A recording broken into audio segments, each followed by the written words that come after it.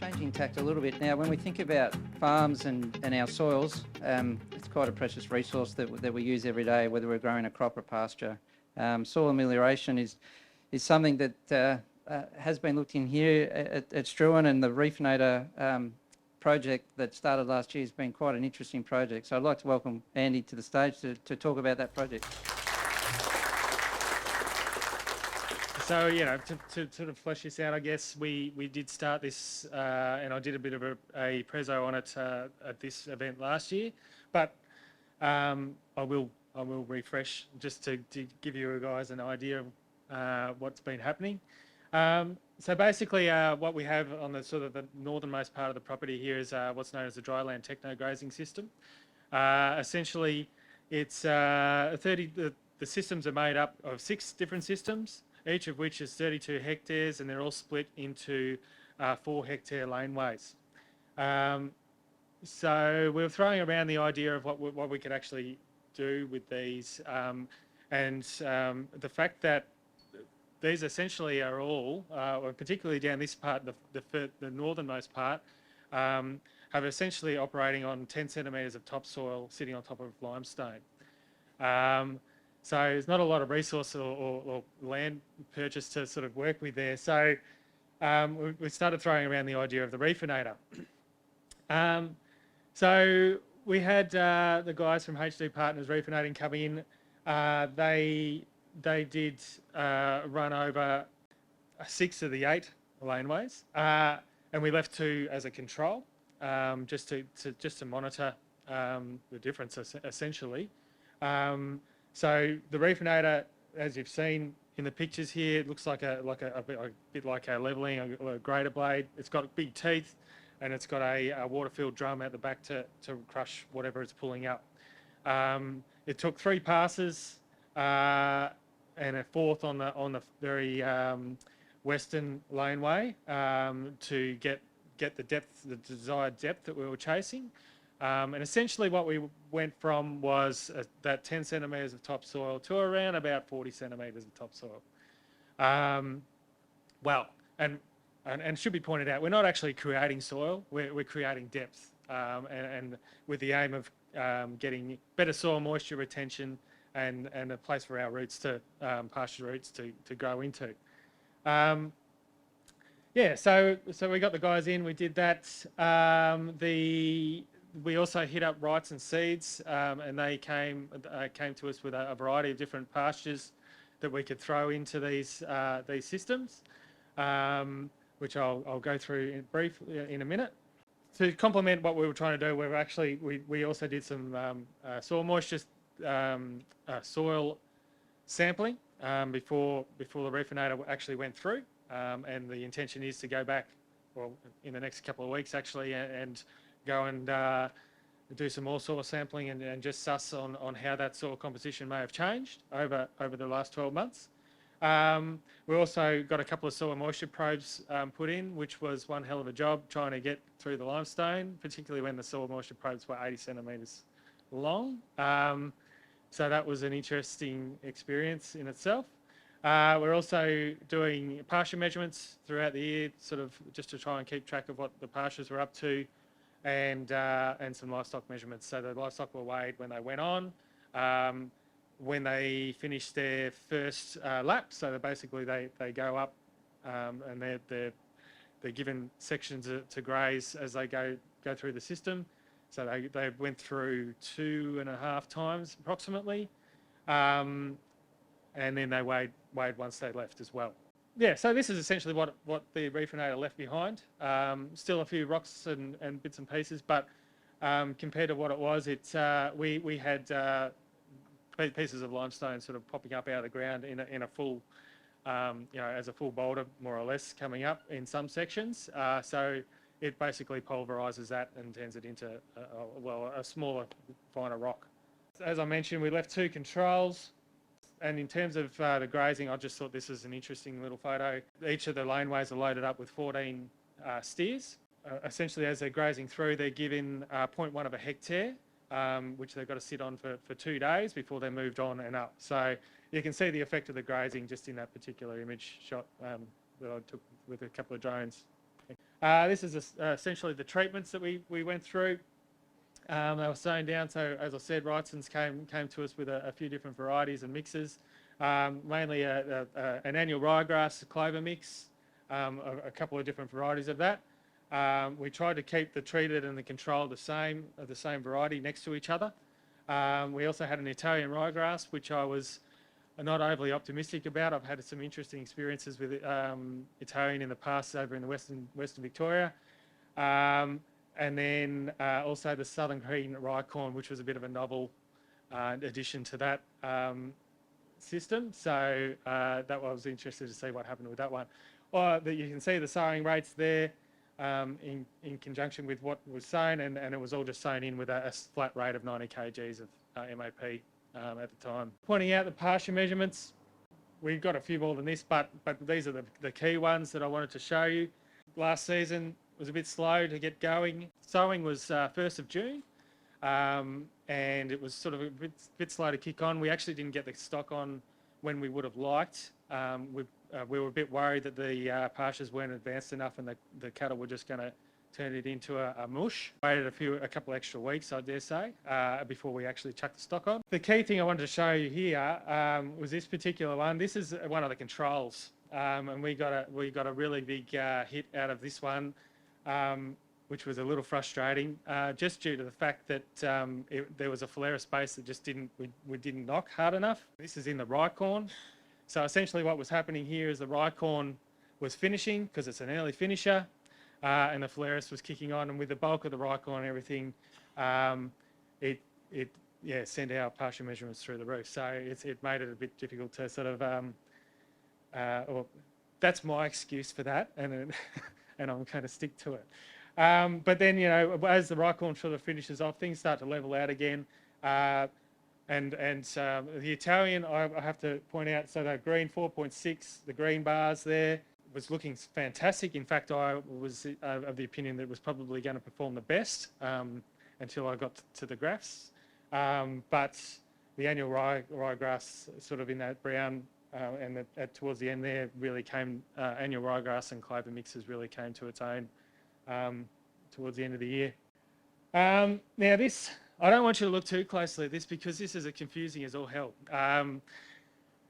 Basically, I follow the cattle that were on the systems all the way through to sale. By rights, what I would ask you to be looking at is the figures that come out in terms of livestock grown whilst they're on the system for 47 days of grazing.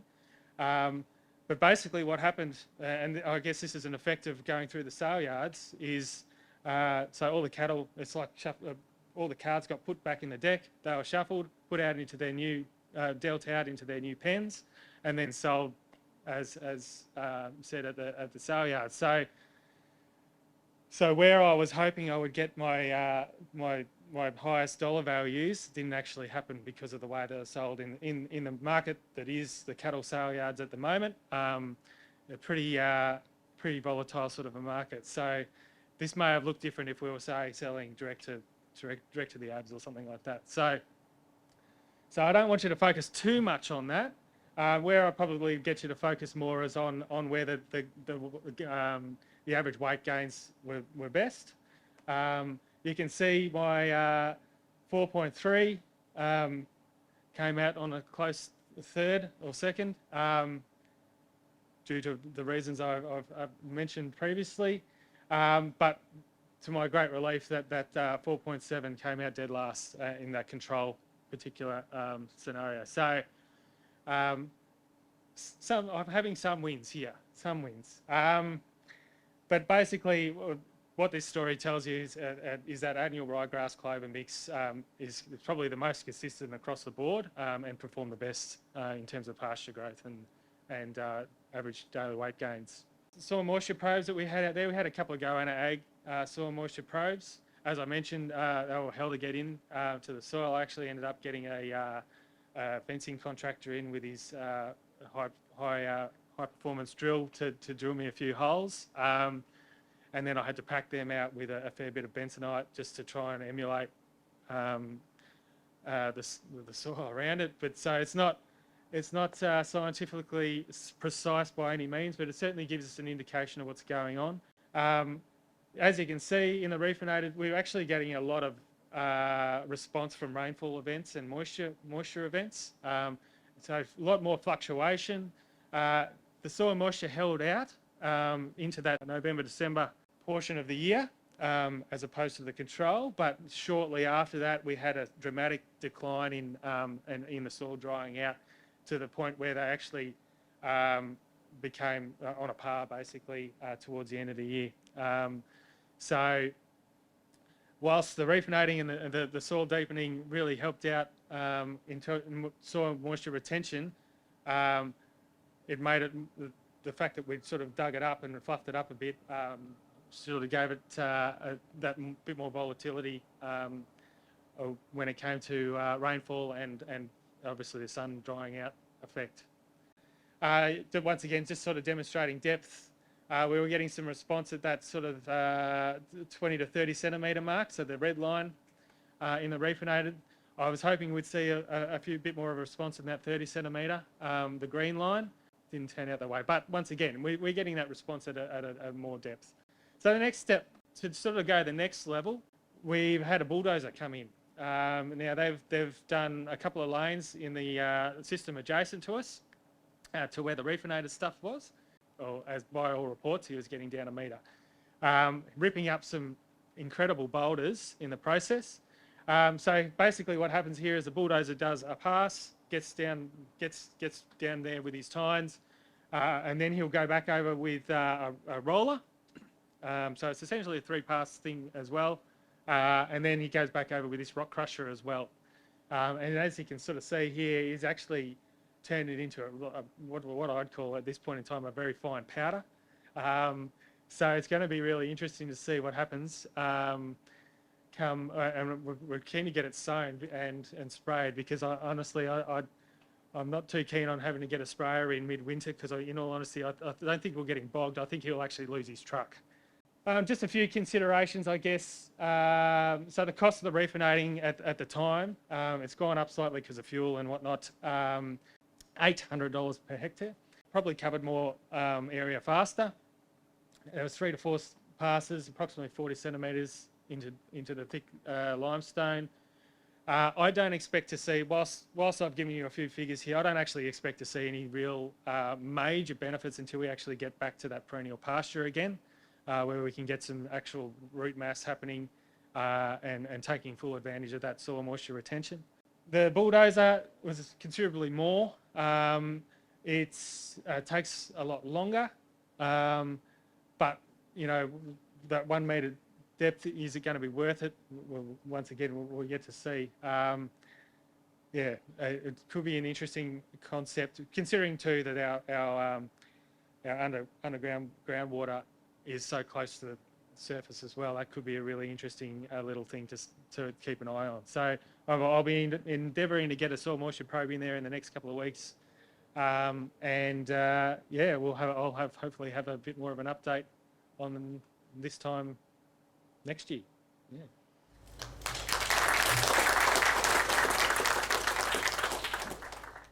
Thanks, Andy. Stay there, just in case. Does anyone have any questions of Andy around the reefinator that they would like to ask?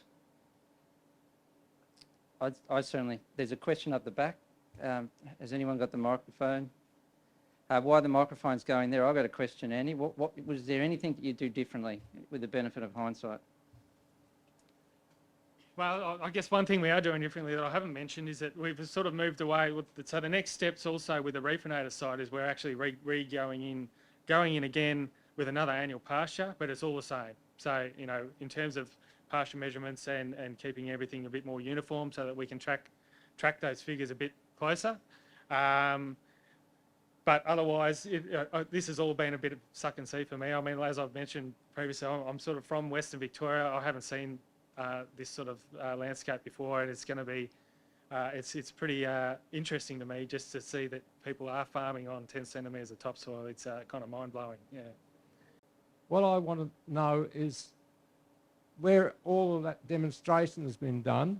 If we go back to the wet years of 20 odd years ago, would that have been nearly underwater? Coops is nodding, and he's also warned me of the fact that this, we get pretty wet down here. I'm yet to see that. I've only been here one season, and I've been hanging out to see it, but it eluded us last season. So look, yes, it will go underwater. Therefore, Yeah. therefore the stuff that's a metre deep will be like soup. Well, that was my reference to losing the truck. Yeah, so it'll be interesting to see just how that metre deep does rock out, and whether it's actually beneficial to go down that bulldozer route anyway. Yeah.